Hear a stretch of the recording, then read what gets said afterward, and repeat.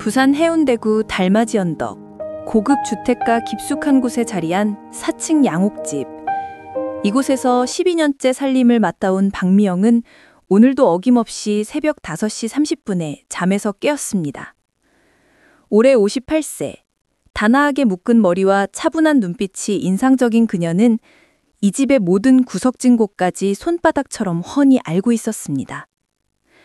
오늘은 대표님이 제주도로 출장 거시는 날이네. 미영은 한태수 대표의 출장용 캐리어를 꺼내며 속으로 중얼거렸습니다.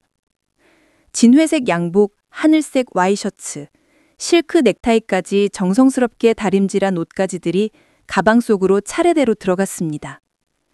12년간 되풀이해온 익숙한 루틴이었지만 유독 오늘은 가슴 한구석이 묘하게 두근거렸습니다. 4일 동안 혼자 지내게 되겠구나. 2층 거실로 올라가던 미영의 걸음이 불현듯 멈춰섰습니다. 바다가 내려다 보이는 대형 창가에 놓인 흑단색 베이슈타인 업라이트 피아노. 12년 동안 단 한 차례도 열어보지 못한 건반 덮개가 오늘따라 유난히 시선을 사로잡았습니다. 한태수 대표의 엄중한 목소리가 귓가에 맴돌았습니다. 박 실장, 이것 하나만은 절대 건드리면 안 됩니다. 먼지 털 때도 겉면만 살짝, 뚜껑은 절대로 열지 마세요. 첫 근무일부터 들어온 단호한 금지령이었습니다. 이유를 물어보려 했지만 대표는 딱딱하게 굳은 표정으로 고개를 저을 뿐이었습니다. 그냥 개인적인 사연이 있어서 그렇습니다. 미영은 머리를 가로저으며 주방으로 발길을 돌렸습니다. 아침 식사를 준비하고 대표를 김해공항까지 바래다 주는 것이 오늘 해야 할 일이었습니다. 그런데도 마음 어딘가에서는 계속 그 피아노가 신경 쓰였습니다. 오전 8시 30분, 현관홀에서 한태세 대표가 트렌치 코트를 걸치고 있었습니다. 60대 초반의 단정한 인상, 항상 반듯하게 빗어넘긴 은발. 그의 얼굴에는 언제나처럼 감정의 흔적이 거의 드러나지 않았습니다. 4일 동안 돌아오겠습니다. 평소대로 집안일 부탁해요. 네, 대표님. 안전한 출장 다녀오세요. 미영이 공손히 인사했지만 대표는 답례 대신 마지막으로 거실 쪽 피아노를 슬쩍 돌아보았습니다. 그 눈길에는 미영이 해석할 수 없는 깊고 복잡한 감정이 서려 있었습니다. 회색 그랜저가 대문을 나서는 엔진 소리. 미영은 텅 빈 저택 안에서 길게 한숨을 내쉬었습니다. 갑자기 찾아든 고요함이 그녀를 둘러쌌습니다. 12년 동안 이곳에서 지냈지만 혼자만의 시간은 여전히 어색하고 낯설었습니다. 그런데 오늘은 뭔가 특별할 것 같은 기분이야. 미영의 시선이 또다시 피아노 쪽으로 흘렀습니다. 검은 목재가 윤기 있게 반짝이는 뚜껑 위엔 먼지 한 톨 보이지 않았습니다. 날마다 세심하게 닦아온 보람이었습니다. 하지만 그 속에 어떤 세계가 숨겨 있는지는 12년 동안 한 번도 확인해 본 적이 없었습니다. 점심을 넘기고 오후 햇살이 거실을 환하게 비추었습니다. 미영은 청소를 끝내고 안나크해저에 앉아 녹차를 홀짝이고 있었습니다. 이상했습니다. 평소 같으면 이 시각엔 저녁 준비에 바빠야 하는데 오늘은 그럴 이유가 없었습니다. 35년 전엔 나도 피아노를 쳤었는데.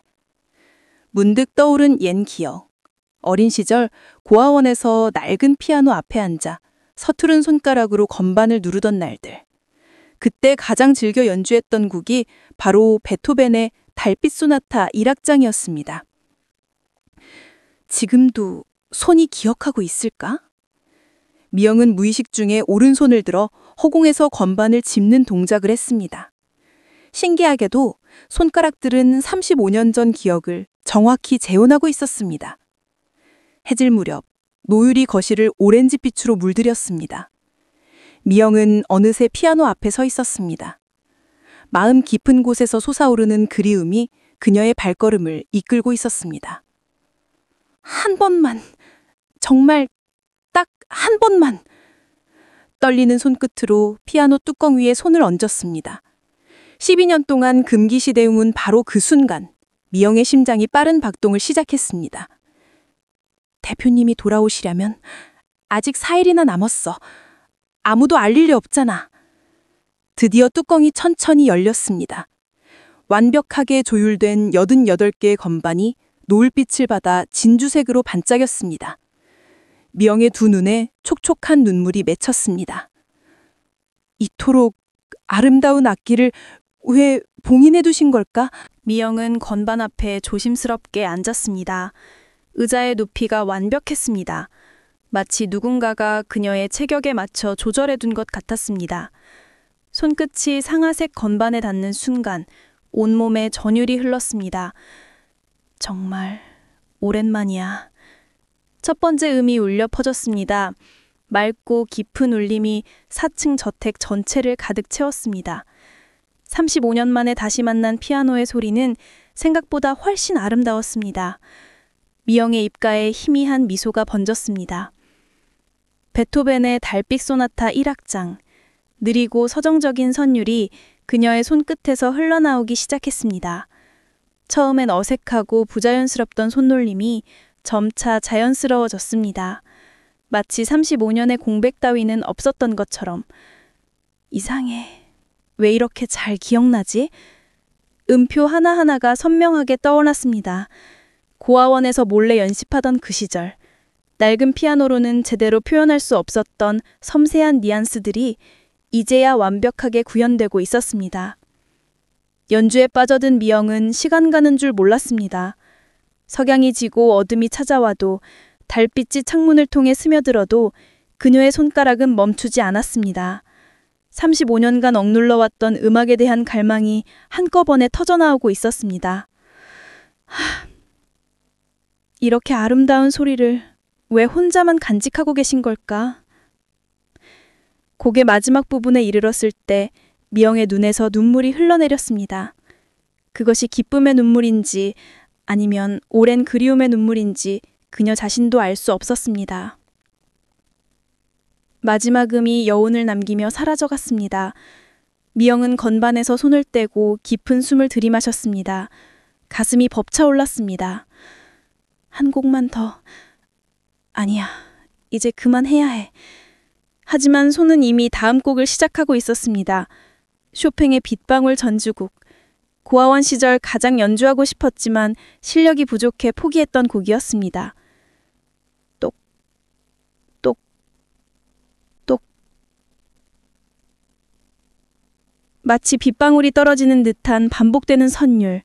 미영의 손가락이 건반 위에서 춤을 추듯 움직였습니다. 35년 전에는 꿈도 꿀 수 없었던 완성도였습니다. 그때였습니다. 끼익! 현관문이 열리는 소리가 들렸습니다. 미영의 손가락이 건반 위에서 얼어붙었습니다. 심장이 멎은 듯 했습니다. 그럴 리 없어. 대표님은 제주도에 계시는데. 발걸음 소리가 들렸습니다. 무겁고 느린 걸음걸이. 분명히 한태수 대표의 것이었습니다. 미영의 얼굴이 새하얗게 질렸습니다. 어떻게? 왜 벌써? 계단을 올라오는 발소리가 점점 가까워졌습니다. 미영은 급히 피아노 뚜껑을 닫으려 했지만 손이 너무 떨려서 제대로 움직이지 않았습니다. 박 실장. 한태수 대표님의 목소리가 2층 계단 아래에서 들려왔습니다. 평소보다 낮고 조심스러운 톤이었습니다. 분노하거나 질책하는 목소리가 아니었습니다. 오히려 놀라고 있는 것 같았습니다. 미영은 고개를 숙였습니다. 변명의 여지가 없었습니다. 죄송합니다, 대표님. 변명의 여지가 없습니다. 호기심을 참지 못했습니다. 그런데 예상했던 질책은 오지 않았습니다. 대신 한태주 대표는 피아노를 바라보며 멍하니 서 있었습니다. 그의 시선이 미영의 손으로 향했습니다. 그 곡 어디서 배우셨습니까? 네? 방금 연주하신 곡 말입니다. 빗방울 전주곡과 그 전에 들린 달빛 소나타. 미영은 당황했습니다. 질책받을 줄 알았는데 오히려 곡에 대해 묻고 있었습니다. 어릴 때 고아원에서 배웠습니다. 고아원이라고 하셨나요? 한태수 대표의 눈빛이 예리해졌습니다. 마치 중요한 단서를 찾은 사람처럼. 네, 해솔고아원이라는 곳이었습니다. 그 순간 한태수 대표의 얼굴이 급변했습니다.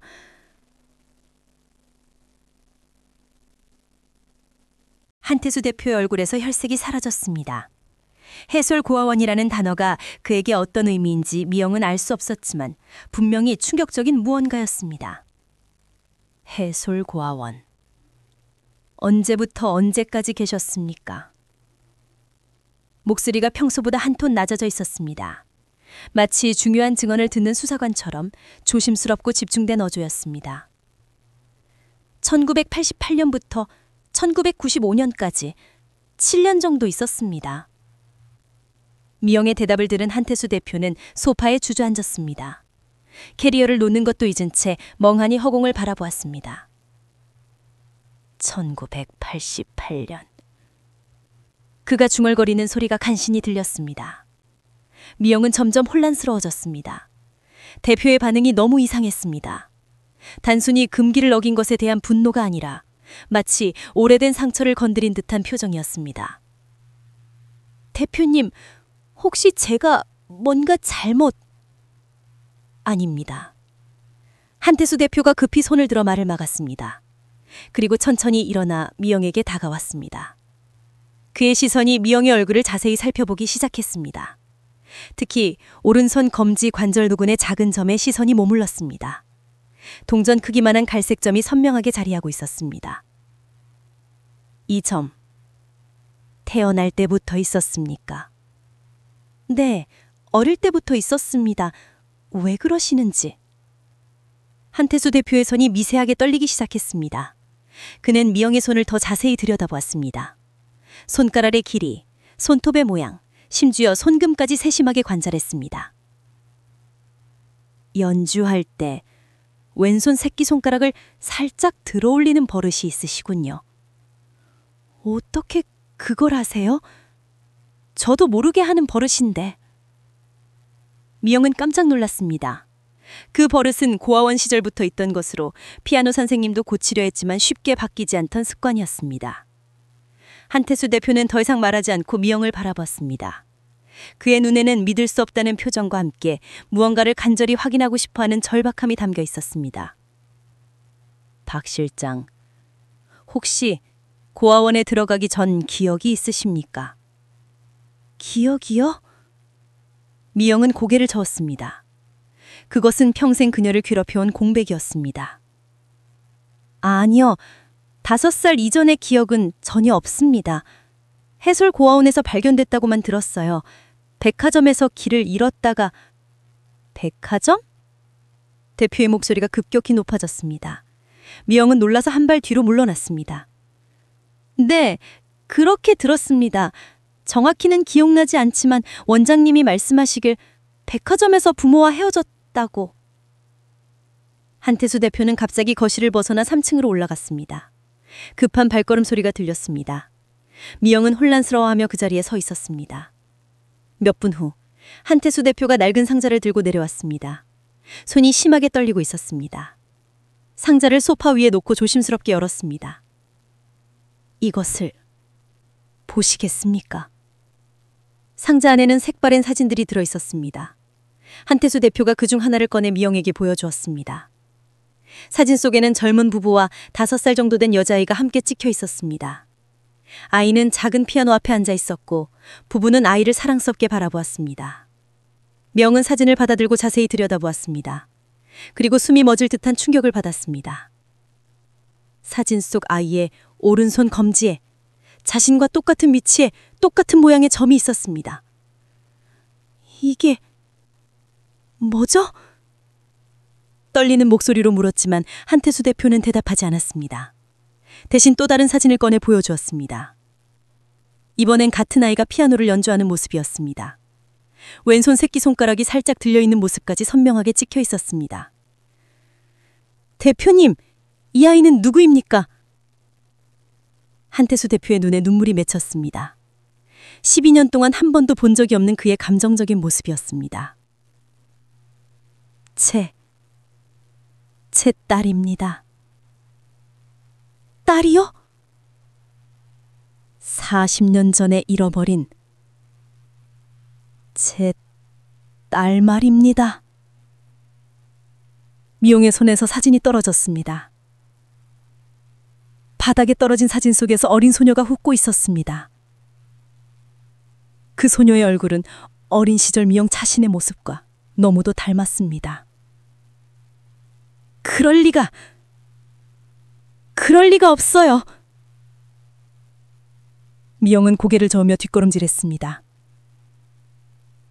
하지만 한태수 대표는 계속해서 사진들을 꺼내 보여주었습니다. 아이의 성장 과정을 담은 사진들, 피아노 발표회 사진들, 그리고 마지막 사진은 백화점에서 찍은 것이었습니다. 가족 3명이 함께 웃고 있는 모습. 사진 뒷면에는 1988년 3월 15일 태연이와 함께 라고 적혀 있었습니다. 태연. 그게 제 딸의 이름이었습니다. 미영은 벽에 등을 기댄 채 숨을 고르려 애썼습니다. 머릿속이 하얗게 변해버렸습니다. 40년간 궁금해했던 자신의 정체성이 이런 식으로 드러날 줄은 꿈에도 생각하지 못했습니다. 아니에요. 이건 우연의 일치일 뿐이에요. 하지만 한태수 대표는 멈추지 않았습니다. 상자에서 또 다른 물건을 꺼냈습니다. 작고 낡은 일기장이었습니다. 이건 제 아내가 쓰던 유갈기입니다. 떨리는 손으로 일기장을 펼쳤습니다. 정성스러운 글씨로 빼곡히 적힌 내용들이 보였습니다. 1985년 12월 3일, 태연이가 처음으로 엄마라고 불렀다. 세상에서 가장 아름다운 소리였다. 1986년 8월 10일, 태연이가 피아노에 관심을 보인다. 건반을 누르면서 킬킬거리며 웃는다. 혹시 음악적 재능이 있는 건 아닐까? 1987년 4월 22일, 태연이의 오른손 검지에 있는 점이 더 진해졌다. 의사는 성장하면서 자연스러운 변화라고 했다. 우리 딸만의 특별한 표시 같다. 한태수 대표의 목소리가 점점 떨려갔습니다. 미영은 벽에 기댄 채 그 내용을 들으며 온몸이 차갑게 식어가는 것을 느꼈습니다. 1988년 3월 15일, 태연이와 함께 신세계 백화점에 갔다. 새 옷을 사주려고 했는데 잠깐 다른 곳을 보는 사이에 한태수 대표는 더 이상 읽을 수 없었습니다. 일기장을 덮고 소파에 주저앉았습니다. 그날 단 5분이었습니다. 아내가 화장실에 가는 동안 제가 태연이를 봤어야 했는데 전 전화를 받느라 잠깐 한눈을 팔았어요. 그 짧은 순간에 미영의 다리에서 힘이 빠졌습니다. 바닥에 주저앉으며 고개를 저었습니다. 그럴 리 없어요. 저는 그냥 버려진 아이였어요. 부모가 저를 원하지 않아서. 아닙니다. 한태수 대표가 갑자기 큰 소리를 냈습니다. 그의 눈에서 눈물이 흘러내렸습니다. 우리는 당신을 찾기 위해 미치도록 노력했습니다.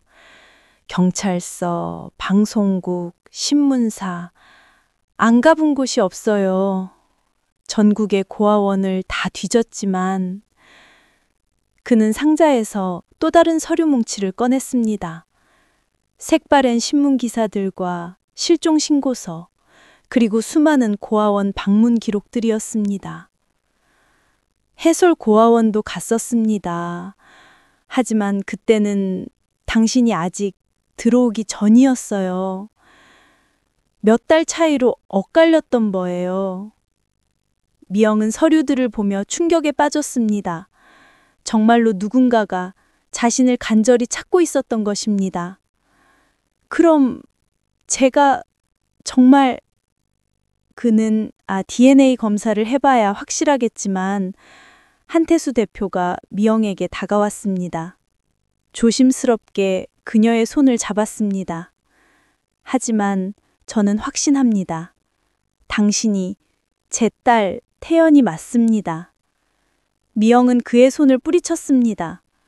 너무 잡급하고 받아들이기 어려운 현실이었습니다. 아니에요. 만약 정말 그렇다면 왜 12년 동안 아무 말씀도 안 하셨어요? 왜 저를 가정부로만 몰랐습니다. 한태수 대표의 목소리가 쉬어갔습니다. 12년 전 당신이 처음 왔을 때는 이름도 다르고 나이도 맞지 않는다고 생각했어요. 그리고 설마 제 딸이 이런 식으로 제게 돌아올 거라고는. 그럼 언제부터 의심하셨어요? 피아노 때문이었습니다. 한태수 대표가 피아노를 바라보았습니다. 태연이가 가장 좋아하던 곡이 달빛 소나타였어요. 그리고 연주할 때 왼손 새끼손가락을 들어 올리는 버릇도 똑같았고, 무엇보다 그 손등의 점이. 미영은 자신의 오른손을 내려다보았습니다. 평생 자신만의 표시라고 생각했던 그 점이 이제는 다르게 보였습니다. 하지만 저는 기억이 없어요. 아무것도 기억나지 않아요. 어린아이들은 충격적인 경험을 겪으면 기억을 잃을 수 있다고 합니다. 의사들이 그렇게 설명했어요. 한태수 대표가 마지막 사진 한 장을 꺼냈습니다. 5살 태연이가 피아노 앞에서 환하게 웃고 있는 사진이었습니다. 이 아이가 정말 저인가요? 미영의 목소리가 간신히 들릴 정도로 작아졌습니다. 한태수 대표는 고개를 끄덕였습니다. 내일 병원에 가서 정확한 검사를 받아봅시다. 그러면 모든 것이 확실해질 거예요. 미영은 사진을 들여다보며 눈물을 흘렸습니다.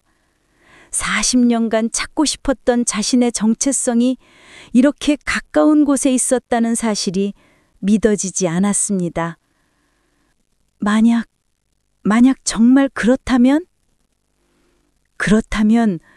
제가 40년 동안 저지른 실수를 용서해 주세요. 한태수 대표가 미영 앞에 무릎을 꿇었습니다.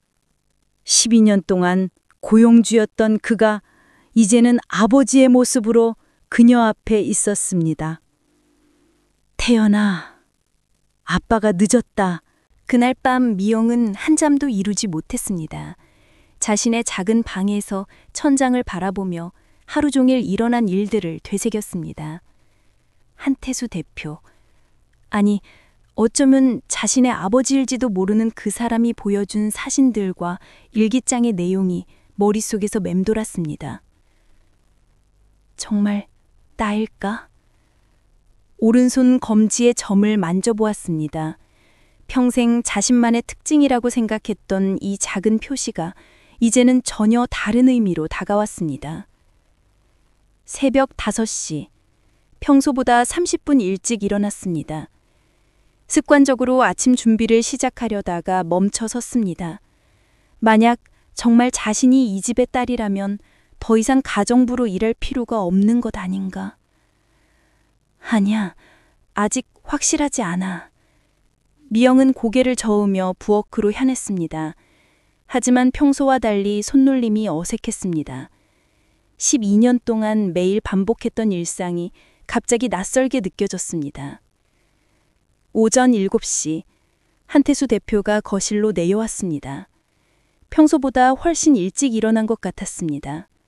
그의 눈가에는 잠을 설친 흔적이 역력했습니다. 미용 씨. 그가 조심스럽게 말을 꺼냈습니다. 12년 만에 처음으로 이름을 부르는 것이었습니다. 네, 대표님. 미영도 어색하게 대답했습니다. 어떻게 불러야 할지 모르겠었습니다. 오늘 오전에 병원에 가보겠습니다. 서울대병원에 아는 교수가 있어서 연락해뒀어요. 네, 알겠습니다. 짧은 대화였지만 둘 사이의 공기는 무거웠습니다. 40년간의 세월과 12년간의 오해가 만들어낸 복잡한 감정들이 얽혀 있었습니다. 아침 식사를 준비하면서 미영은 문득 이상한 기분을 느꼈습니다. 한태수 대표가 좋아하는 음식들을 자연스럽게 알고 있었던 것이 단순히 12년간의 경험 때문일까? 아니면 혹시 어릴 때부터 알고 있었던 걸까? 그때 한태수 대표가 부엌으로 들어왔습니다. 손에는 또 다른 상자를 들고 있었습니다. 이것도 보시겠어요? 어젯밤에 다락방에서 찾았습니다. 상자를 열자 어린아이용 옷가지들이 나왔습니다. 작은 원피스, 신발, 그리고 작은 피아노 건반 모양의 머리핀입니다. 이 머리핀, 태연이가 가장 좋아했던 거예요. 피아노 연주할 때마다 꼭 착용했었거든요. 미영은 그 머리핀을 보는 순간 가슴이 뛰기 시작했습니다. 왠지 모르게 익숙한 느낌이었습니다. 혹시 만져봐도 될까요? 물론이죠. 미영이 머리핀을 들자 이상한 일이 일어났습니다. 갑자기 어렴풋한 기억의 조각이 떠올랐습니다. 예쁘지 태연아, 이걸 하고 피아노를 치면 더 잘 될 거야. 부드러운 여자 목소리, 따뜻한 손길, 그리고 피아노 소리. 미영이 놀라서 머리핀을 떨어뜨렸습니다. 한태수 대표가 급히 다가왔습니다. 무슨 일이에요? 지금 무슨 기억이 여자 목소리가 들린 것 같아서요. 태연아라고 부르는? 한태수 대표의 눈이 번쩍였습니다. 그건 아마 제 아내 목소리일 거예요. 태연이에게 그 머리핀을 선물할 때 했던 말과 똑같네요. 미영은 당황했습니다. 기억할 수 없는 일을 기억하고 있다는 것이 믿어지지 않았습니다. 우연의 일치일 수도... 아닙니다. 한태수 대표가 단호하게 말했습니다. 그리고 상자에서 마지막 물건을 꺼냈습니다. 작은 녹음기였습니다. 이건 제 아내가 태연이의 피아노 연주를 녹음해둔 거예요. 들어보시겠어요? 미영은 고개를 끄덕였습니다. 한태수 대표가 재생 버튼을 눌렀습니다. 처음에는 잡음만 들렸습니다. 그러다가 어린아이의 목소리가 들려왔습니다. 엄마, 이 곡 어때요? 우와, 태연이 정말 잘한다. 한 번 더 쳐볼래? 그리고 피아노 소리가 흘러나왔습니다. 달빛 소나타 1악전이었습니다. 서툴지만 정성스러운 연주였습니다. 미영은 그 소리를 들으며 온몸에 소름이 돋았습니다. 분명히 처음 듣는 소린데 왜 이렇게 익숙할까? 녹음이 끝나자 한태수 대표가 조심스럽게 물었습니다. 어떠세요? 뭔가 느껴지는 게 있나요? 미영은 눈물을 흘리며 고개를 끄덕였습니다. 모르겠어요. 확실하진 않지만 뭔가 그리운 느낌이에요. 병원에 가봅시다. 더 이상 추측만 할 수는 없어요. 한태수 대표가 일어서며 말했습니다. 그의 목소리에 40년간 품어온 간절함이 담겨 있었습니다. 미영도 자리에서 일어났습니다. 진실을 알아야 할 때가 온 것 같았습니다.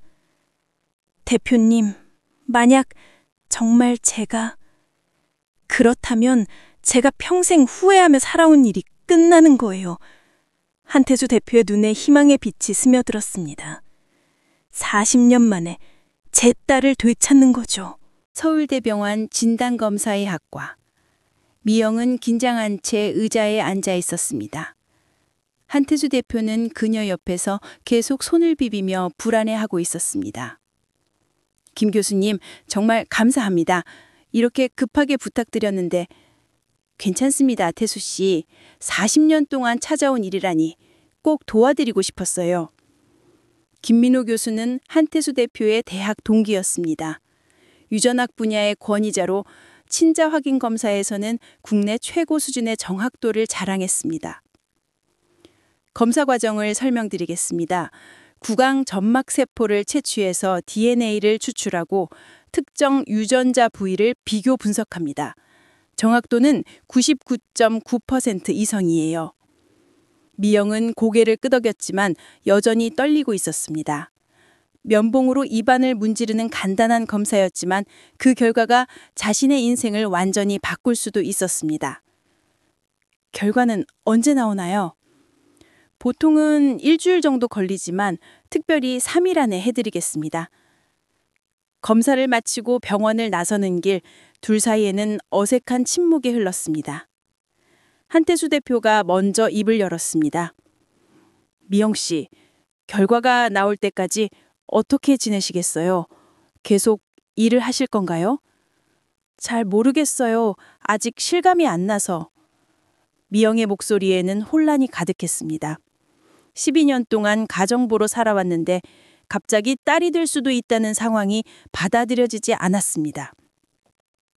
무리하지 마세요.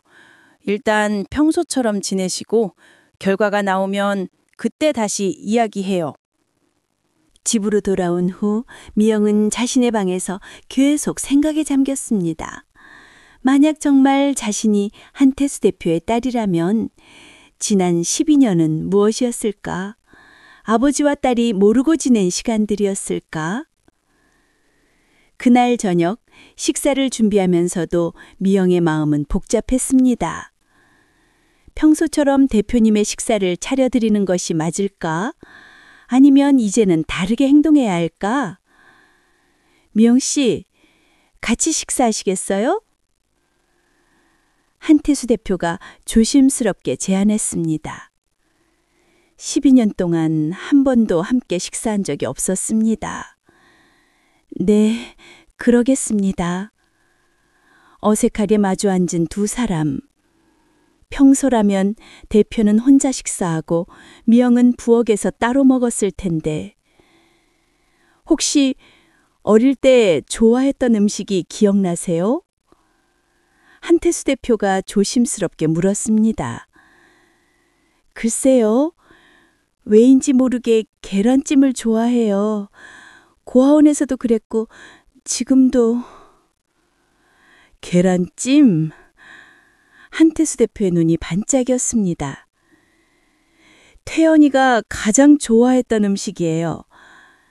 제 아내가 특별한 방법으로 만들어줬는데 그는 급히 부엌으로 가서 낡은 수첩을 가져왔습니다.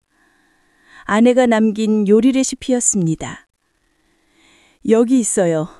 태연이를 위한 특별한 계란찜. 우유를 조금 넣고 새우젓으로 간을 맞추는 게 비결이었어요. 미영은 그 레시피를 보며 깜짝 놀랐습니다. 이거 제가 만드는 방법과 똑같아요. 누가 가르쳐 준 것도 아닌데 자연스럽게. 정말요? 한태수 대표가 믿을 수 없는 표정을 지었습니다. 그럼 한번 만들어 보시겠어요? 제가 기억하는 그 맛인지 확인해 보고 싶어요. 미영은 부엌으로 가서 계란찜을 만들기 시작했습니다. 계란을 풀고 우유를 넣고 새우젓으로 간을 맞추는 과정이 자연스럽게 흘러갔습니다. 마치 수십 년간 해온 일처럼. 15분 후 완성된 계란찜을 한태수 대표 앞에 놓았습니다. 그는 한 숟가락 떠서 입에 넣었습니다. 그 순간 그의 눈에서 눈물이 흘러내렸습니다. 이 맛, 정확히 이 맛이에요. 네? 제 아내가 만들어주던 바로 그 맛입니다. 40년 만에 다시 맛보는군요. 미영도 눈물이 났습니다. 자신도 모르게 만들어 온 음식이 어머니의 레시피였다는 사실이 믿어지지 않았습니다. 이제 확신이 서네요. 한태수 대표가 떨리는 목소리로 말했습니다. DNA 검사 결과를 기다릴 필요도 없을 것 같아요. 당신이 정말 제 딸 태연이 맞습니다. 그날 밤 미영은 또다시 잠을 이루지 못했습니다. 하지만 어제와는 다른 이유였습니다. 두려움보다는 기대감이 더 컸습니다. 40년 동안 궁금해했던 자신의 뿌리를 찾을 수 있을지도 모른다는 희망, 그리고 혼자가 아니라는 안도감. 창문 너머로 보이는 달을 바라보며 미영은 생각했습니다. 정말 나에게도 가족이 있는 걸까? 3일 후 김민호 교수에게서 전화가 왔습니다. 태수 씨, 결과가 나왔습니다. 병원에 오시겠어요? 한태수 대표와 미영은 급히 병원을 향했습니다. 40년간의 궁금증이 드디어 해결될 순간이 다가오고 있었습니다. 서울대 병원 진단검사의학과 상담실. 김민호 교수가 두꺼운 서류 봉투를 들고 들어왔습니다. 한태수 대표와 미영은 숨을 죽이며 그를 바라보았습니다. 결과를 말씀드리기 전에 정말 마음의 준비가 되셨나요? 김 교수의 신중한 목소리에 두 사람의 긴장감이 더욱 높아졌습니다. 한태수 대표가 떨리는 목소리로 대답했습니다. 네, 준비됐습니다. 40년을 기다렸으니까요. 김 교수는 서류를 펼쳤습니다. 복잡한 수치들과 그래프가 가득한 검사 결과지였습니다. DNA 분석 결과 침부 확률은 99.99%입니다. 순간 상담실에 정적이 흘렀습니다. 한태수 대표는 그 말을 이해하는데 몇 초가 걸렸습니다.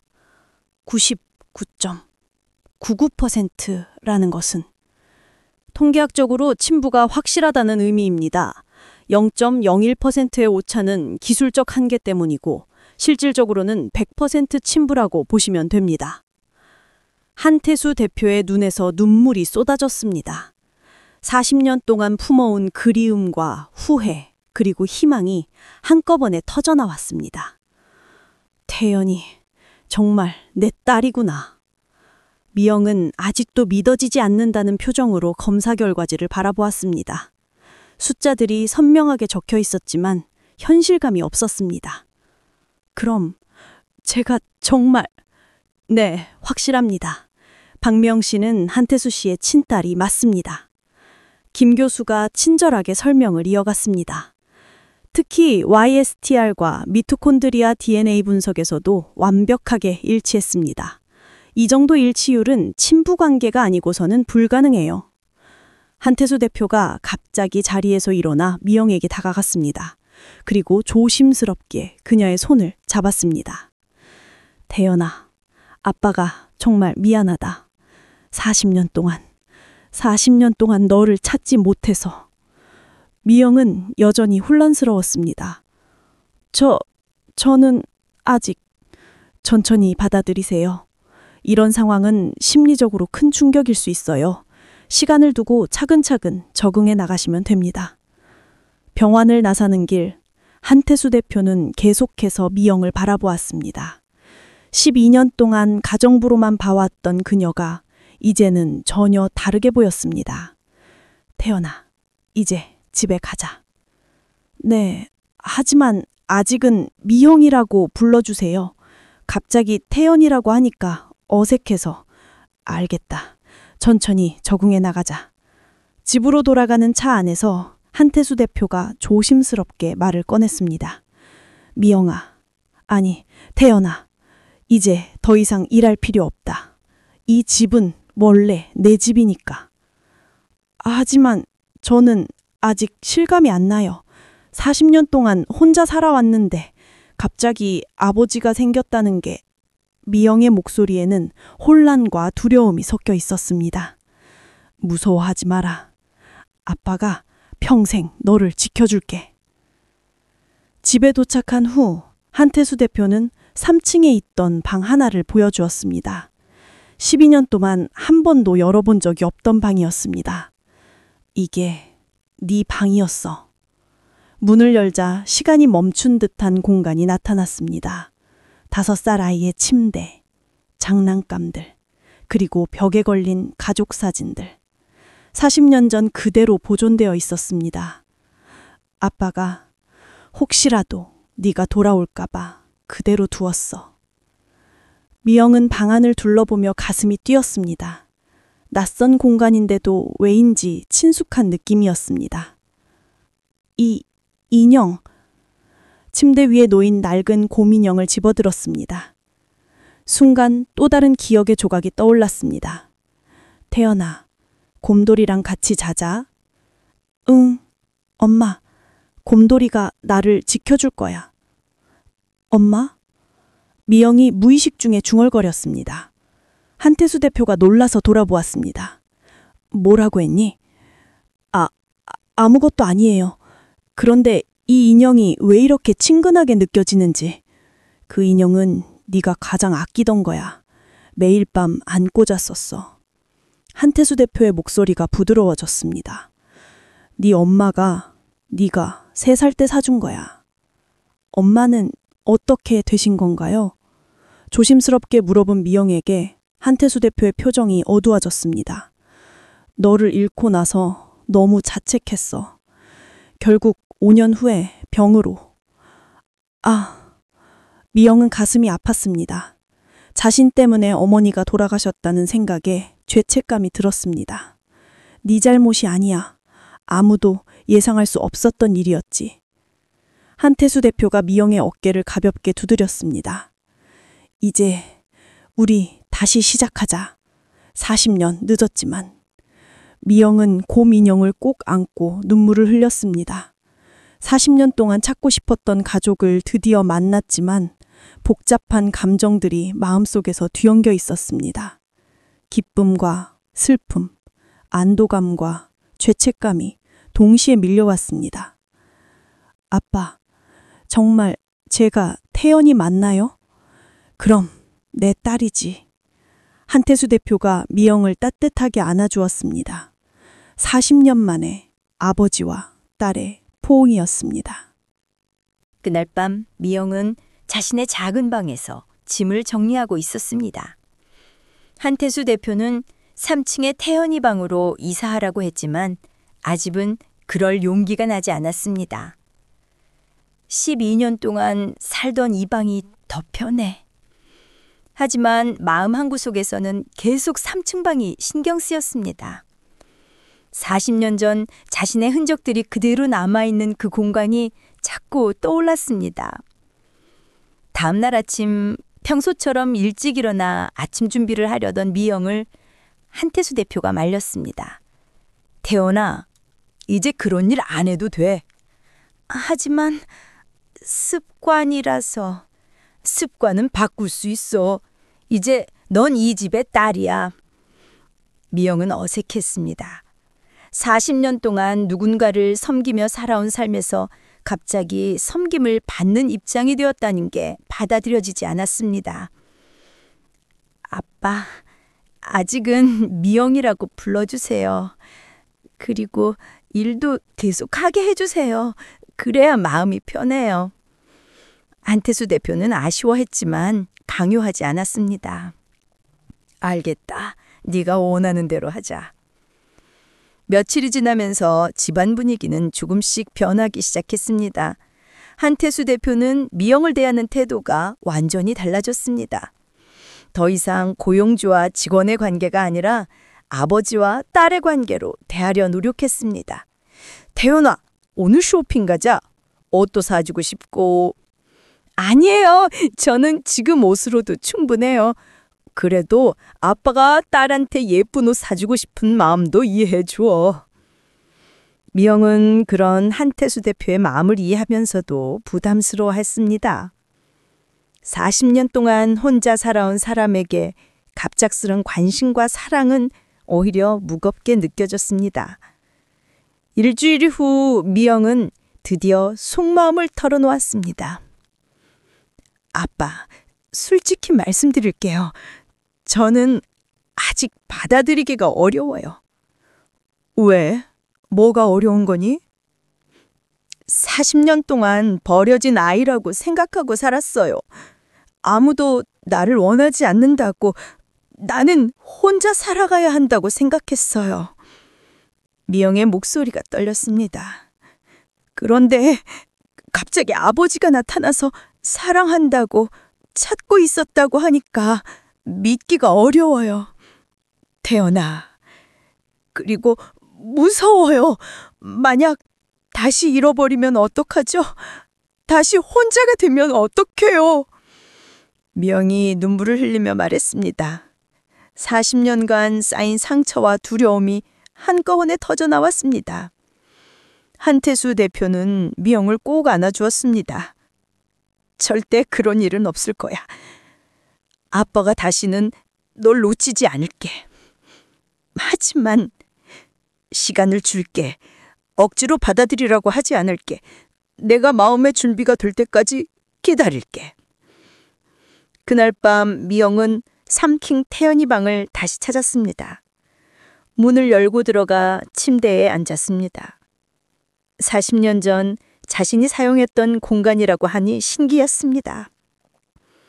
벽에 걸린 가족 사진을 바라보았습니다. 행복해 보이는 세 가족의 모습. 자신도 저런 행복한 시간이 있었다는 게 믿어지지 않았습니다. 정말 나였을까? 꽃민영을 안고 누워보았습니다. 이상하게도 마음이 편안해졌습니다. 마치 집에 온 것 같은 안정감이 들었습니다. 그때 문 밖에서 한태수 대표의 목소리가 들렸습니다. 태연아, 들어가도 될까? 네, 들어오세요. 한태수 대표가 들어와 침대 옆 의자에 앉았습니다. 이 방에서 자니까 어때? 신기해요. 낯선 곳인데 왜 이렇게 편안하죠? 그럼 이제 여기서 지내는 게 어때? 내 방이니까. 미영은 잠시 망설이다가 고개를 끄덕였습니다. 네, 그럴게요. 한태수 대표의 얼굴에 미소가 번졌습니다. 그리고 이제 태연이라고 불러도 될까? 아직은 조금 더 시간을 주세요. 알겠어. 기다릴게. 한태수 대표가 일어서려 할 때 미영이 조심스럽게 물었습니다. 아빠, 엄마 이야기 좀 더 해주세요. 어떤 분이셨는지 알고 싶어요. 한태수 대표의 눈이 부드러워졌습니다. 네 엄마는 정말 따뜻한 사람이었어. 널 얼마나 사랑했는지 몰라. 그날 밤 부녀는 늦은 시간까지 이야기를 나눴습니다. 40년간 잃어버렸던 시간들을 조금씩 채워나가기 시작했습니다. 미영의 마음에도 조금씩 변화가 일어나고 있었습니다. 여전히 두렵고 어색했지만 이제는 거부감보다는 호기심이 더 컸습니다. 정말 가족이 될 수 있을까? 창밖으로 보이는 달을 바라보며 미영을 생각했습니다. 40년 만에 찾은 아버지와 함께 새로운 시작을 할 수 있을지. 일주일이 더 지난 어느 저녁, 한태수 대표는 거실에서 미영을 기다리고 있었습니다. 손에는 두꺼운 앨범과 편지 봉투를 들고 있었습니다. 결심한 듯한 표정이었습니다. 미영아, 잠깐 시간 있니?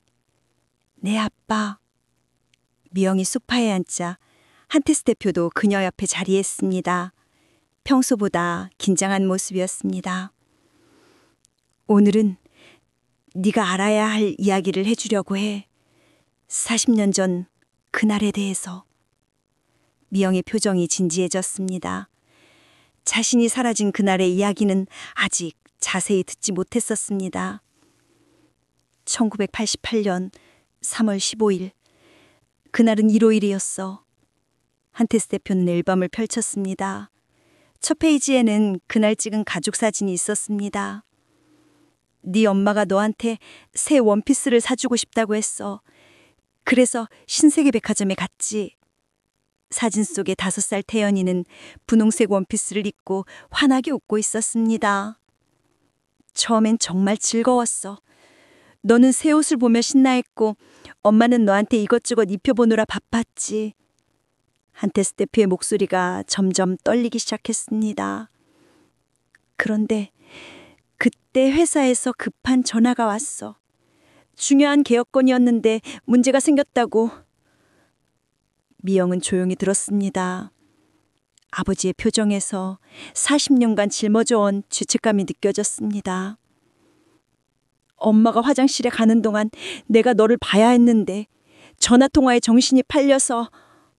아빠, 단 5분이었어.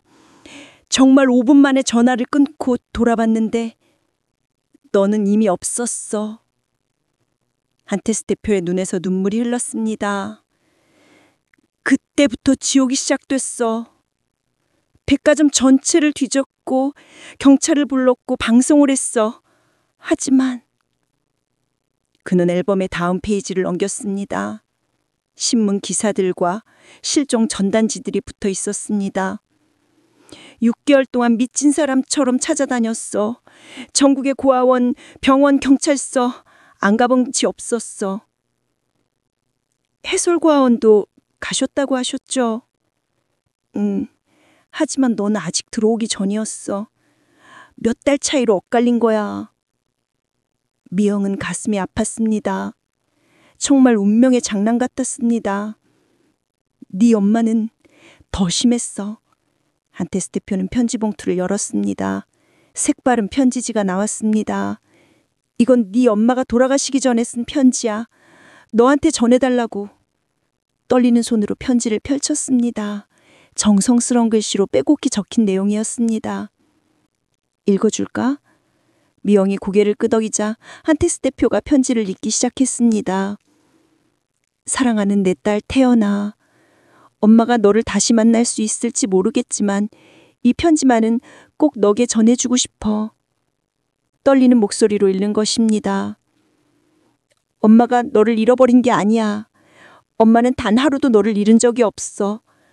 매일 밤 네 방에서 울면서 기도했어. 우리 태연이가 건강하게 자라고 있기를, 좋은 사람들을 만나기를.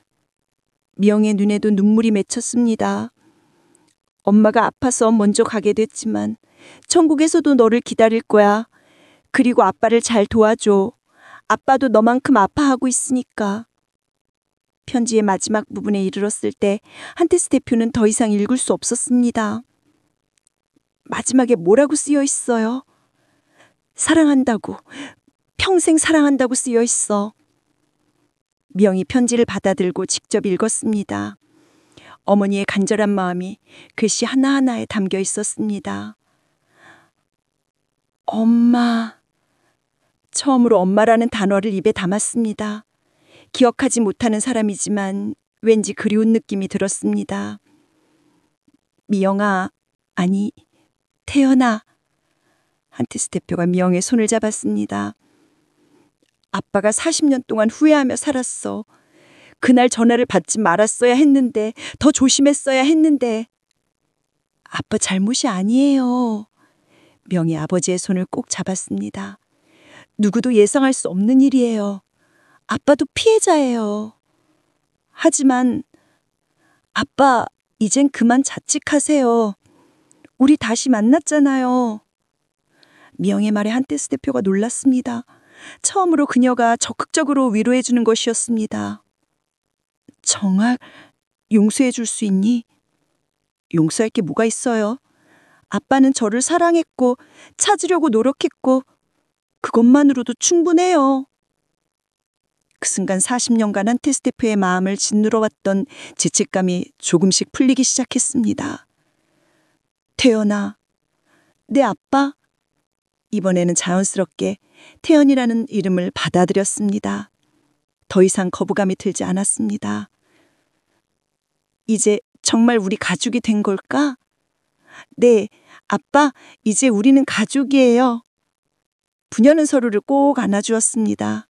40년간의 공백과 아픔을 치유하는 따뜻한 포옹이었습니다.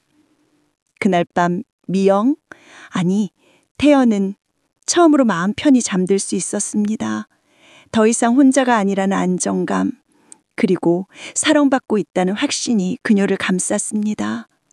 40년 만에 되찾은 가족의 품에서. 다음 날 아침 태연은 평소보다 일찍 일어났습니다. 하지만 오늘은 가정부로서가 아니라 딸로서 맞이하는 첫 번째 아침이었습니다. 마음가짐이 완전히 달랐습니다. 거실로 내려가니 한태수 대표가 이미 소파에 앉아 신문을 읽고 있었습니다.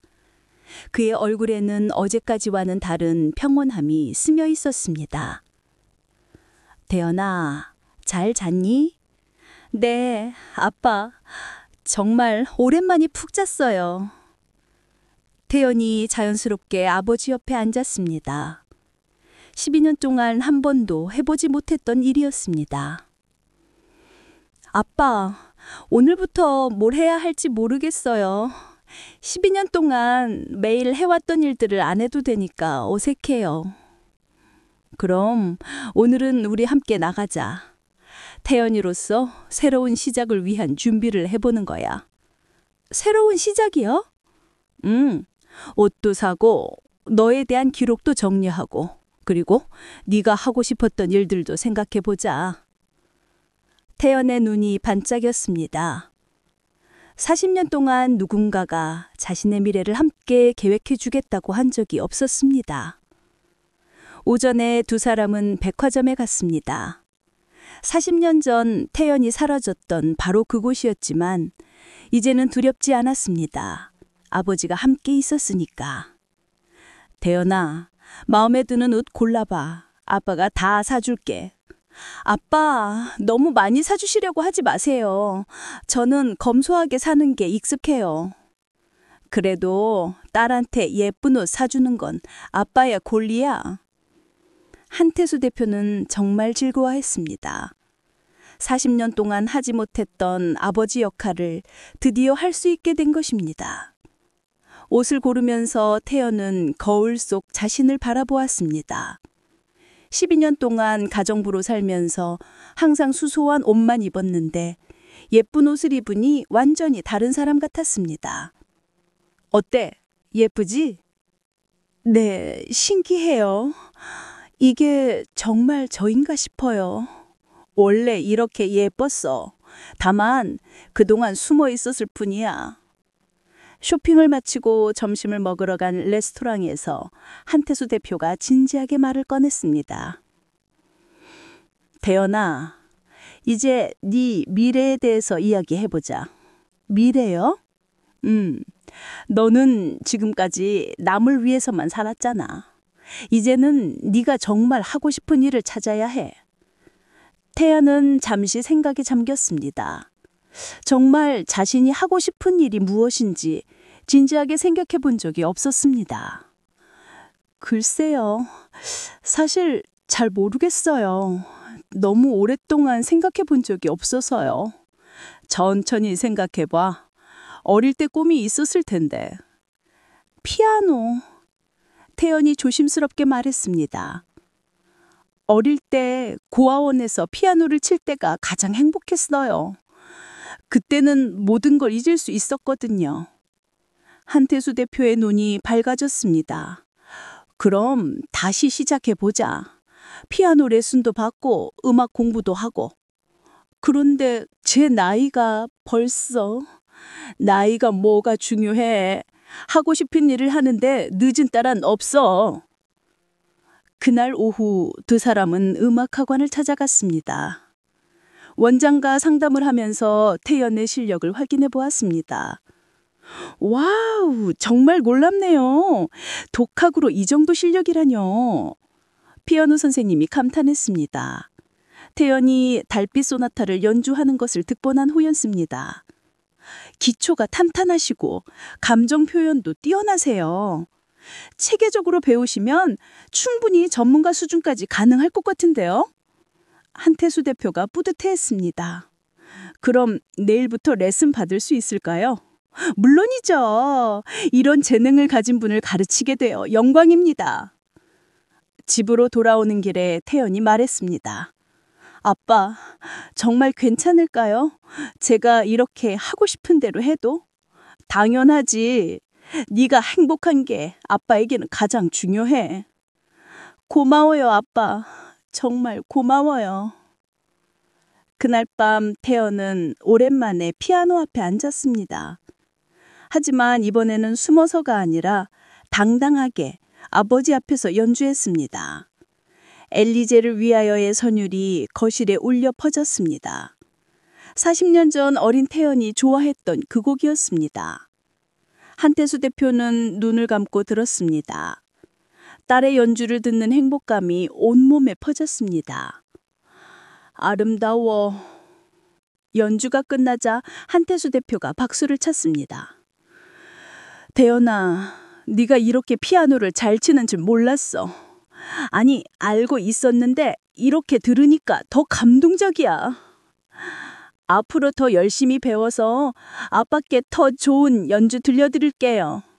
그래, 우리 태연이 꿈을 이루는 모습을 보는 게 아빠의 가장 큰 행복이야. 그날 밤 태연은 일기를 썼습니다. 40년 만에 처음 쓰는 일기였습니다. 오늘부터 나는 박미영이 아니라 한태연이다. 40년 늦었지만 드디어 진짜 내 인생이 시작되는 것 같다. 아빠와 함께 만들어갈 새로운 시작이 기대된다. 창밖으로 보이는 달이 유난히 밝았습니다. 새로운 시작을 축복해주는 것 같았습니다. 일주일 후 태연은 매일 음악학원에서 피아노 레슨을 받으며 새로운 삶에 적응해가고 있었습니다. 선생님은 그녀의 놀라운 발전 속도에 계속 감탄했습니다. 태연 씨, 정말 타고난 재능이 있으시네요. 이런 속도로 늘어가시면 곧 발표회에도 참여하실 수 있을 것 같아요. 발표회요? 네, 다음 달에 학원 발표회가 있어요. 어떠세요? 도전해 보시겠어요? 태연은 망설였습니다. 40년 넘게 숨어서만 살아온 자신이 무대에 설 용기가 있을까? 집에 돌아와서 한태수 대표에게 이야기했습니다. 아빠, 선생님이 발표에 나가보라고 하시는데 어떻게 생각하세요? 좋은 기회잖아. 왜 망설이니? 무서워요.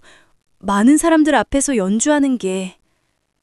한태수 대표가 태연의 손을 잡았습니다. 태연아, 두려워하지 마. 아빠가 항상 네 곁에 있을 거야. 그리고 네 연주를 듣고 감동받을 사람들을 생각해봐. 정말 할 수 있을까요? 물론이야. 우리 태연이는 무엇이든 할 수 있어. 다음 날 태연은 발표에 참가 신청을 했습니다. 연주곡은 베토벤의 달빛 소나타 1악장으로 정했습니다. 자신이 가장 좋아하고 가장 자신 있는 곡이었습니다. 발표회 준비를 하면서 태연은 점점 자신감을 되찾아갔습니다. 40년 동안 숨겨져 있던 진짜 자신을 발견해가는 과정이었습니다. 발표회 일주일 전 한태수 대표가 특별한 제안을 했습니다. 태연아, 발표에 특별한 손님을 초대하고 싶은데 어떨까? 특별한 손님이요? 네 고아원 원장님과 선생님들을 초대하면 어떨까?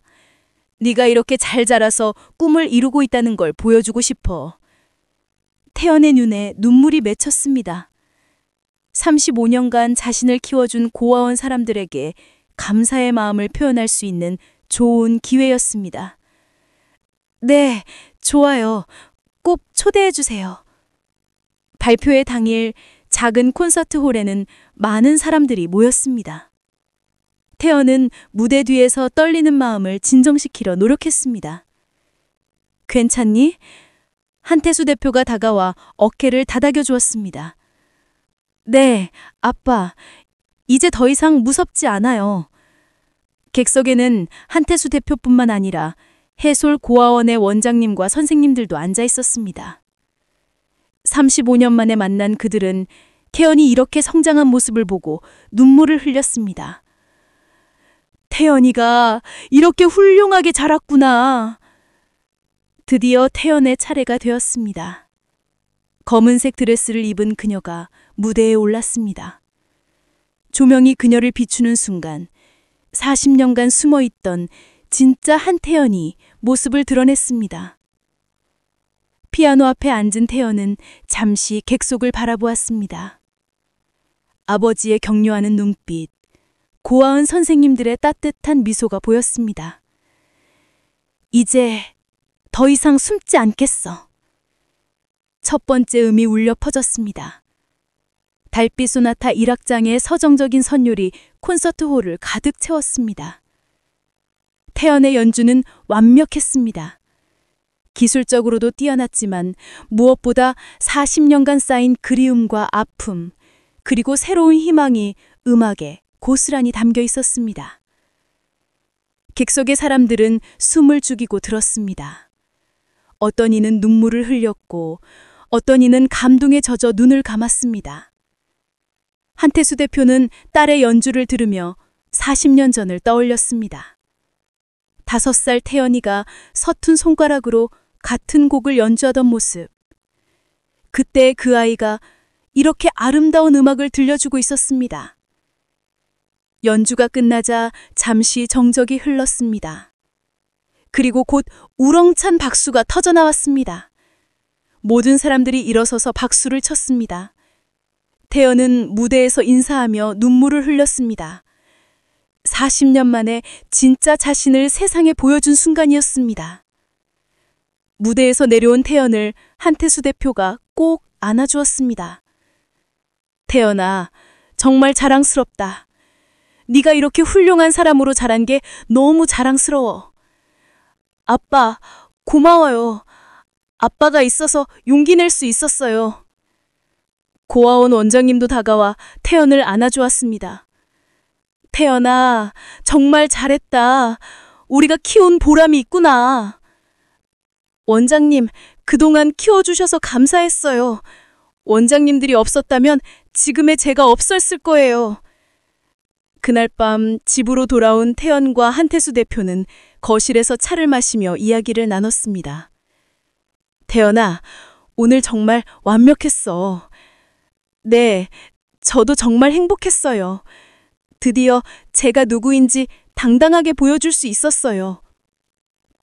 이제 진짜 시작이야. 네가 원하는 모든 걸 이룰 수 있을 거야. 태연은 피아노를 바라보았습니다. 더 이상 금기된 악기가 아니라 자신의 꿈을 실현해줄 동반자였습니다. 아빠, 앞으로도 계속 연주하고 싶어요. 더 많은 사람들에게 감동을 주고 싶어요. 그래, 우리 태연이의 꿈을 아빠가 끝까지 응원할게. 40년 만에 찾은 가족, 40년 만에 되찾은 꿈. 태연의 새로운 인생이 비로소 시작되었습니다. 발표회가 끝난 지 한 달이 지났습니다. 태연은 이제 완전히 새로운 삶에 적응했습니다. 매일 아침 아버지와 함께 식사하고 오전에는 피아노 레슨을, 오후에는 음악이론 공부를 했습니다. 40년 만에 찾은 진짜 자신의 모습이었습니다. 어느 토요일 아침 한태수 대표가 특별한 제안을 했습니다. 태연아, 오늘 특별한 곳에 가보자. 어디요, 아빠? 네 엄마가 잠들어 있는 곳이야. 태연의 표정이 순간 굳어졌습니다. 아직 어머니의 묘소에 가본 적이 없었습니다. 기억도 없는 사람이지만 왠지 두려웠습니다. 괜찮을까요? 저는 엄마 기억도 없는데. 괜찮아. 엄마가 널 보고 싶어 하실 거야. 그리고 이제 우리가 진짜 가족이 됐다는 걸 엄마께 알려드리고 싶어. 서울 근교의 조용한 추모공원. 한태수 대표는 태연의 손을 잡고 천천히 걸었습니다. 하얀 비석 앞에 도착했을 때 태연의 가슴이 뛰기 시작했습니다. 사랑하는 아내 이은주, 딸 태연을 그리워하며 하늘나라로 간 어머니. 비석에 새겨진 글귀를 보며 태연은 복잡한 감정에 휩싸였습니다. 엄마, 태연이를 데려왔어. 한태수 대표가 비석 앞에 무릎을 꿇고 말했습니다. 40년 만에 우리 딸을 찾았어. 엄마가 그렇게 기다리던 태연이야. 태연도 어머니 옆에 무릎을 꿇었습니다. 처음에는 어색했지만 점차 마음이 편안해졌습니다. 엄마, 안녕하세요. 저 태연이에요. 목소리가 떨렸습니다. 기억은 없지만 엄마가 저를 얼마나 사랑해 주셨는지 아빠한테 들었어요. 그리고 제가 사라진 후에 얼마나 아파하셨는지도. 눈물이 흘러내렸습니다. 미안해요, 엄마. 제가 길을 잃어서 엄마를 아프게 해서. 태연아, 내 잘못이 아니야. 한태수 대표가 딸의 어깨를 감싸 안았습니다. 엄마도 그렇게 생각하실 거야. 태연은 가방에서 작은 꽃다발을 꺼냈습니다. 어머니가 좋아했다는 장미꽃이었습니다. 엄마, 이제 아빠와 함께 잘 살 거예요. 피아노도 열심히 배우고 엄마가 자랑스러워 하실 딸이 될게요. 그때 바람이 불어와 나뭇잎들이 바스락거렸습니다. 마치 어머니가 대답하는 것 같았습니다. 엄마, 그리고 하늘에서 우리를 지켜봐 주세요. 이제 우리는 진짜 가족이니까. 묘소에서 돌아오는 길 태연은 한태수 대표에게 물었습니다. 아빠, 이제 정말 완전한 가족이 된 걸까요? 무슨 소리야? 우리는 이미 가족이야. 아니에요. 아직 부족한 게 있어요. 뭐가? 법적으로도 진짜 가족이 되어야 해요. 한태수 대표가 고개를 갸웃했습니다. 내 말은 호적도 바꾸고 이름도 정식으로 한태연으로 바꾸고 싶어요. 그래야 진짜 아빠 딸이 되는 거잖아요. 한태수 대표의 눈이 반짝였습니다. 정말? 그렇게 하고 싶니? 네, 이제 더 이상 박미영이 아니라 한태연으로 살고 싶어요. 다음 주 두 사람은 구청과 법원을 오가며 복잡한 절차를 밟았습니다. DNA 검사 결과와 각종 증명 서류를 제출하고 호적 정정 신청을 했습니다. 신분 회복이라. 정말 드문 케이스네요. 담당 공무원이 감탄했습니다. 40년 만에 가족을 찾으셨다니 정말 기적 같은 일이에요. 모든 절차가 완료되기까지 한 달이 걸렸습니다. 그리고 드디어 새로운 주민등록증과 가족관계 증명서가 나왔습니다. 한태연. 자신의 진짜 이름이 적힌 서류를 보며 태연은 눈물을 흘렸습니다. 이제 정말 한태연이 됐네요. 그래, 이제 넌 법적으로도 내 딸이야. 그날 저녁 한태수 대표는 특별한 선물을 준비했습니다. 태연아, 이걸 받아.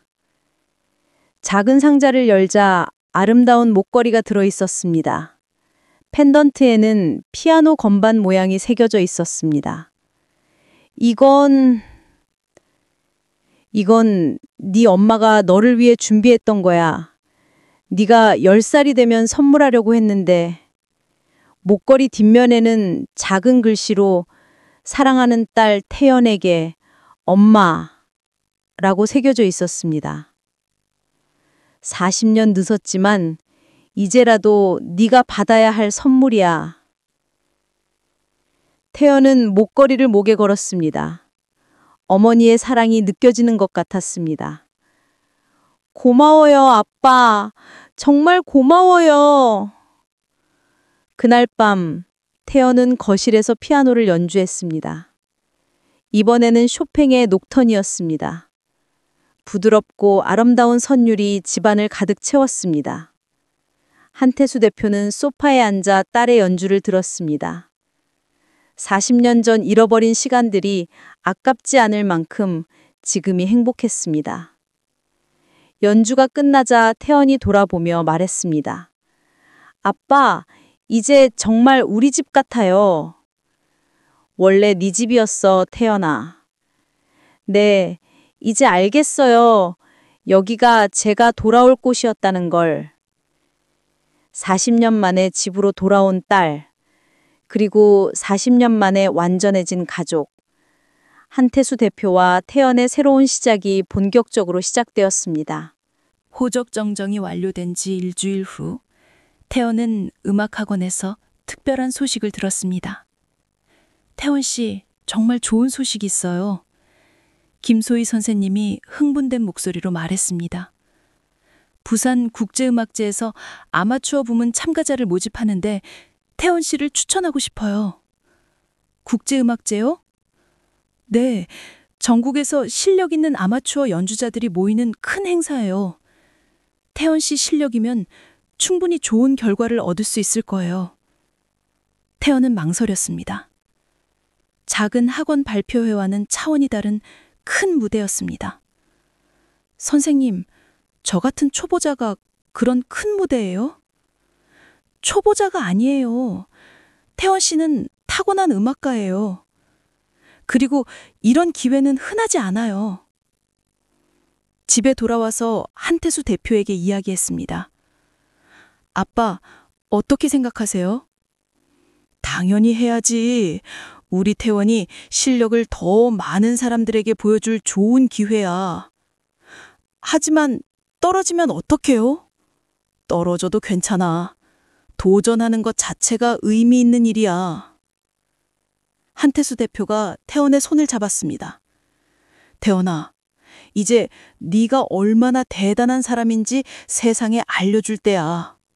더 이상 숨지 마. 그 말에 용기를 얻은 태원은 음악제 참가 신청을 했습니다.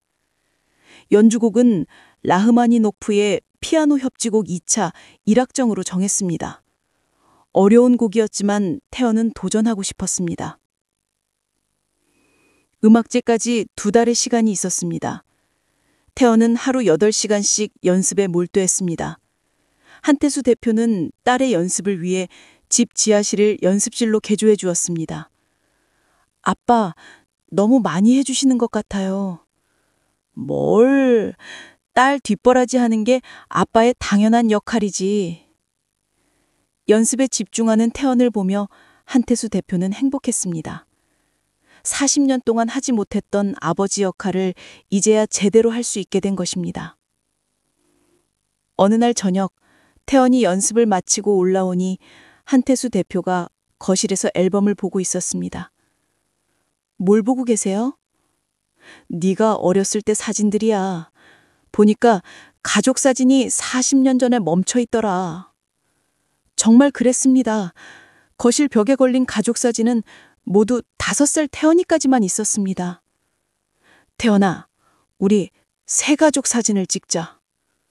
새 가족 사진이요? 이제 우리가 다시 만났으니까 새로운 시작을 기념하는 사진 말이야. 다음 주말 2사람은 사진관에 갔습니다. 전문 사진작가가 다양한 포즈로 사진을 찍어줬습니다. 아버님과 따님은 정말 닮으셨네요. 특히 눈매가 똑같아요. 사진작가의 말에 태연과 한태수 대표는 서로를 바라보며 웃었습니다. 정말 닮은 구석이 많았습니다.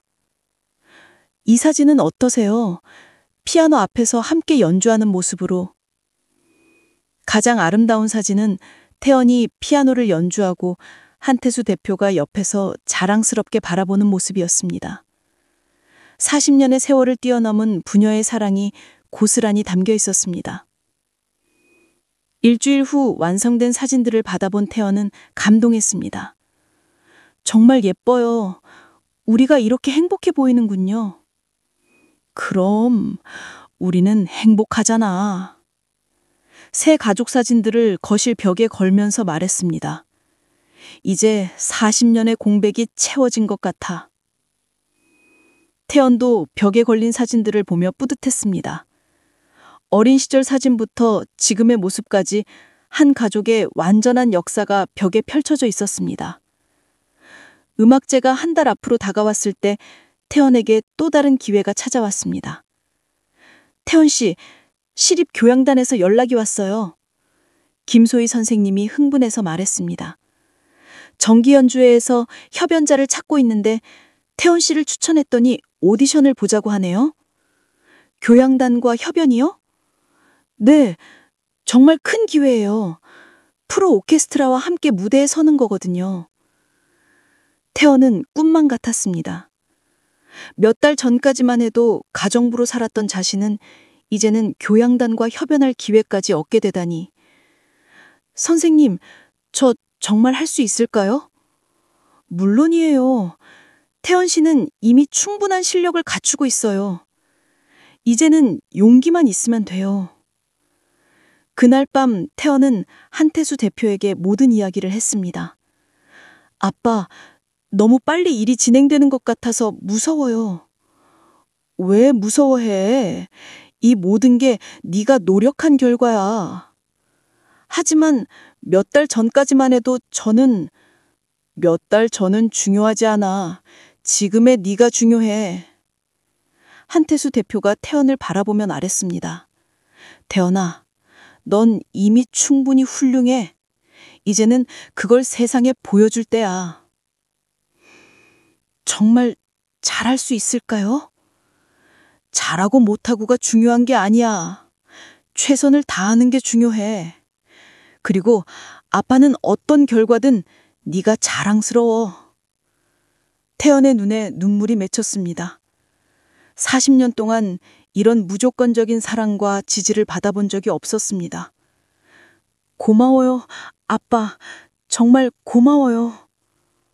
고맙긴 뭘. 이제 시작이야. 우리 태연이의 진짜 인생은. 그날 밤 태연은 새 가족 사진을 바라보며 다짐했습니다.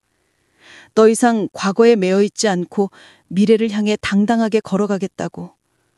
40년 만에 찾은 가족의 사랑을 받으며 이제는 자신의 꿈도 마음껏 펼쳐보겠다고. 부산 국제음악제 당일, 태연은 백스테이지에서 마지막 준비를 하고 있었습니다. 검은색 콘서트 드레스를 입은 그녀의 모습은 몇 달 전에 가정부 박미영과는 완전히 다른 사람 같았습니다. 긴장되니? 한태수 대표가 딸의 어깨를 가볍게 두드려 주었습니다. 조금요. 하지만 이상해요. 무서우면서도 설레어요. 그게 정상이야.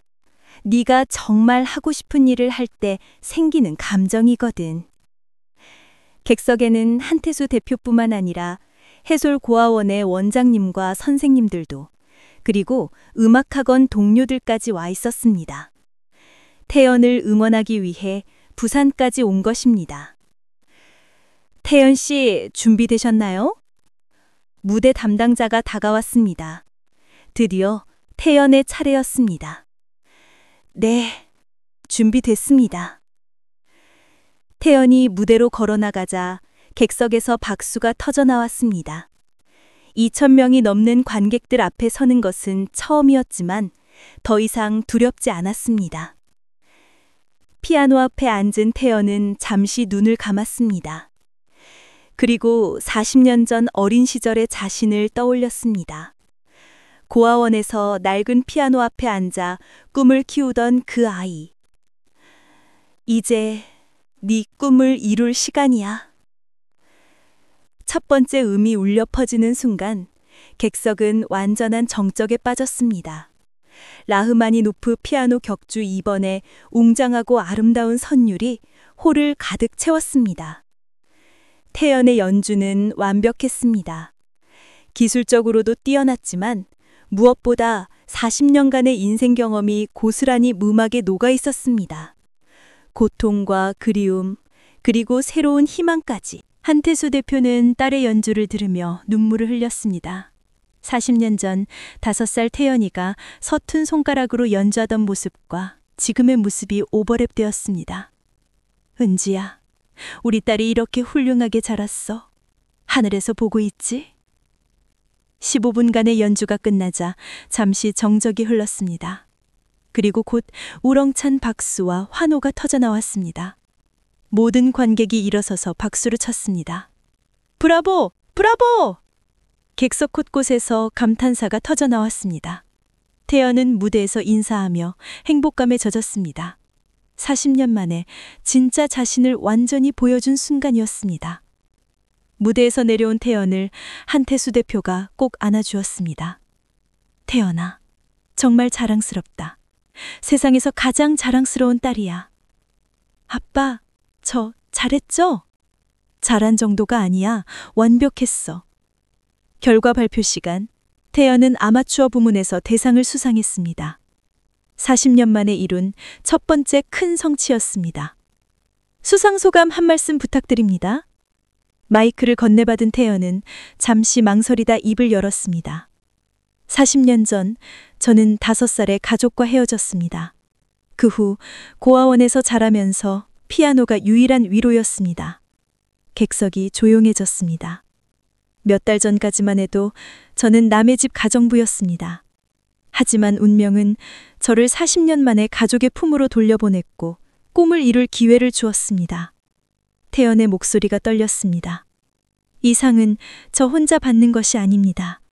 40년 동안 저를 찾아 헤맨 아버지, 저를 키워준 고아원 선생님들, 그리고 하늘에서 지켜보고 계실 어머니와 함께 받는 것입니다. 객석에서 또다시 박수가 터져 나왔습니다. 많은 사람들이 감동의 눈물을 흘렸습니다.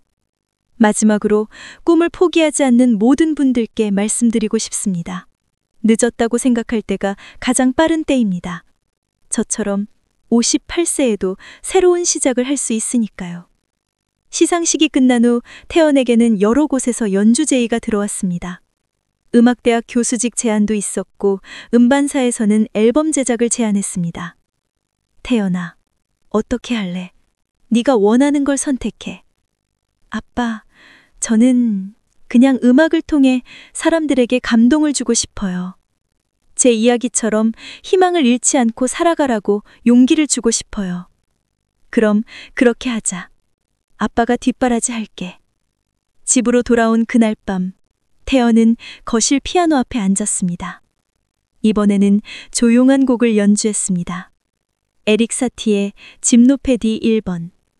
평온하고 아름다운 선율이었습니다. 한태수 대표는 소파에 앉아 딸의 연주를 들었습니다. 벽에 걸린 새 가족 사진들이 따뜻한 조명을 받아 빛나고 있었습니다. 아빠, 정말 꿈 같아요. 제가 이런 날이 올 줄 몰랐어요. 이제 시작이야, 태연아. 앞으로 더 많은 좋은 일들이 기다리고 있을 거야.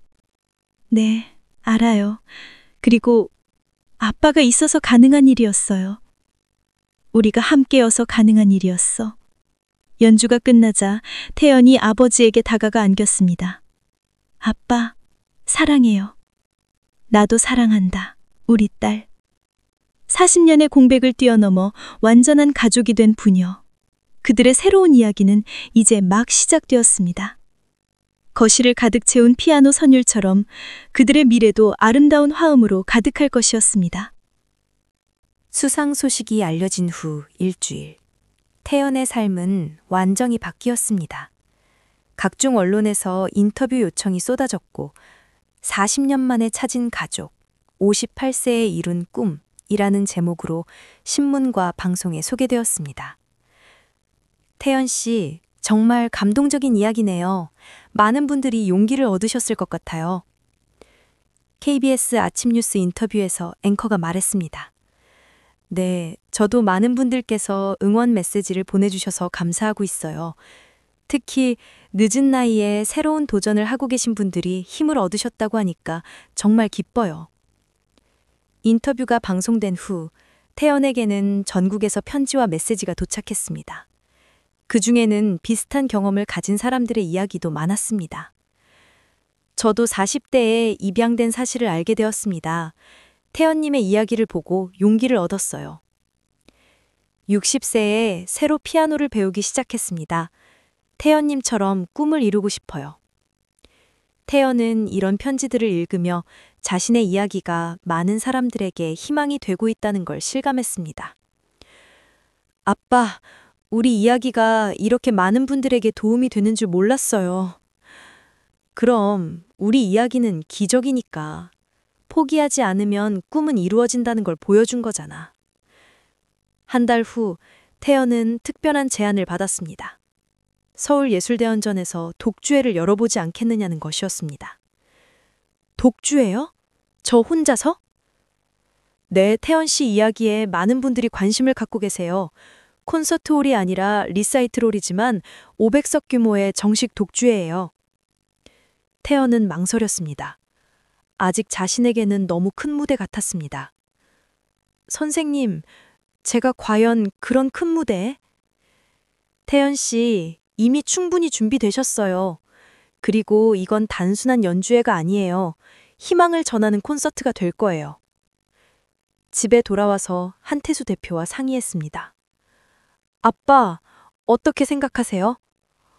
당연히 해야지. 이런 기회가 또 언제 올지 모르잖아.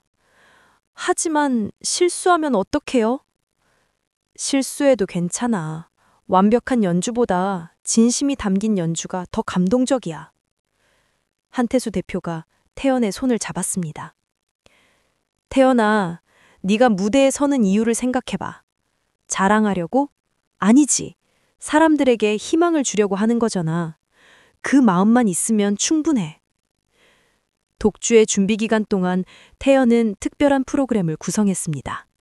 클래식 명곡들뿐만 아니라 자신의 인생 이야기를 음악으로 들려주는 구성이었습니다.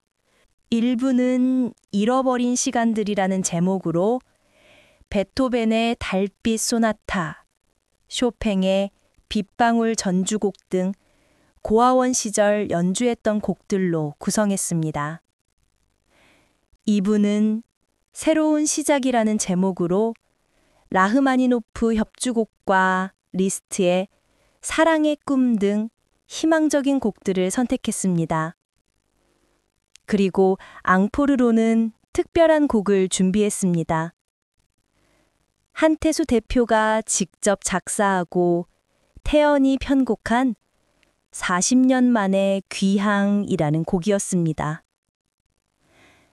독주의 당일 예술의 전당 리사이틀홀은 만석이었습니다. 티켓이 모두 매진될 정도로 많은 사람들이 태연의 이야기에 관심을 보였습니다. 객석에는 한태수 대표를 비롯해 해솔 고아원 사람들, 음악학원 동료들, 그리고 태연의 이야기를 듣고 찾아온 수많은 사람들이 앉아 있었습니다. 안녕하세요. 한태연입니다. 무대에 선 태연은 더 이상 떨리지 않았습니다. 오히려 편안하고 자연스러웠습니다. 오늘 이 자리에 와주신 모든 분들께 감사드립니다. 오늘 연주회의 제목은 늦었다고 생각할 때가 가장 빠를 때입니다. 객석에서 박수가 터져 나왔습니다. 제 인생 58년을 음악으로 들려드리겠습니다. 그리고 여러분께도 말씀드리고 싶어요. 꿈을 포기하지 마세요. 언제든 새로운 시작을 할 수 있으니까요. 첫 곡인 달빛 소나타가 시작되었습니다. 태연의 연주는 그 어느 때보다 깊이가 있었습니다. 40년간의 인생 경험이 고스란히 음악에 녹아되었습니다. 1부가 끝날 때쯤 객석에 많은 사람들이 눈물을 흘리고 있었습니다. 음악을 통해 전해지는 태연의 인생 이야기가 마음 깊숙이 와 닿았기 때문입니다. 2부에서는 희망적인 곡들이 연주되었습니다. 특히 리스트의 사랑의 꿈을 연주할 때는 한태수 대표도 감동의 눈물을 흘렸습니다. 마지막 앙코르곡 40년 만의 귀향이 연주될 때는 객석은 완전한 정적에 빠졌습니다. 태연이 직접 들려주는 자신의 이야기였습니다. 길 잃은 아이가 돌아왔네. 40년 만에 집으로. 아빠의 품에 안겨서 이제야 진짜 나를 찾았네. 노래가 끝나자 객석에서는 기립박수가 터져 나왔습니다. 5분 넘게 계속된 박수와 환호 속에서 태연은 행복한 눈물을 흘렸습니다. 감사합니다. 정말 감사합니다. 연주회가 끝난 후 태연과 한태수 대표는 조용한 카페에서 차를 마시며 이야기를 나누었습니다. 태연아, 오늘 정말 완벽했어. 네, 아빠. 제 인생에서 가장 행복한 날이었어요. 이제 정말 모든 게 완성된 것 같아. 우리 가족도, 네 꿈도. 태연은 창밖을 바라보며 말했습니다. 아빠, 앞으로도 계속 연주하고 싶어요. 제 이야기처럼 힘들어하는 분들에게 희망을 주고 싶어요. 그래, 그렇게 하자. 아빠가 평생 응원할게. 집으로 돌아온 그날 밤, 태연은 마지막으로 피아노 앞에 앉았습니다. 이번에는 조용한 자장가를 연주했습니다. 40년 만에 찾은 평안함을 표현하는 듯한 선율이었습니다. 한태수 대표는 소파에서 딸의 연주를 들으며 생각했습니다. 40년 전 잃어버린 딸을 되찾은 것도 기적이었지만 그 딸이 이렇게 훌륭한 사람으로 자란 것은 더 큰 기적이었습니다. 거실 벽에 걸린 가족 사진들이 따뜻한 불빛을 받아 빛나고 있었습니다. 40년의 공백을 메운 새로운 추억들이 가득했습니다. 연주가 끝나자 태연이 돌아보며 말했습니다. 아빠, 이제 정말 완전한 가족이 된 것 같아요. 그럼 우리는 완전한 가족이야. 그리고 앞으로도 계속 그럴 거고. 네, 아빠, 사랑해요. 나도 사랑한다. 우리 태연이. 40년의 기다림 끝에 만난 부녀. 이제 그들에게는 무한한 가능성의 미래가 펼쳐져 있었습니다. 사랑으로 이어진 가족의 선율은 앞으로도 계속 아름답게 울려 퍼질 것이었습니다.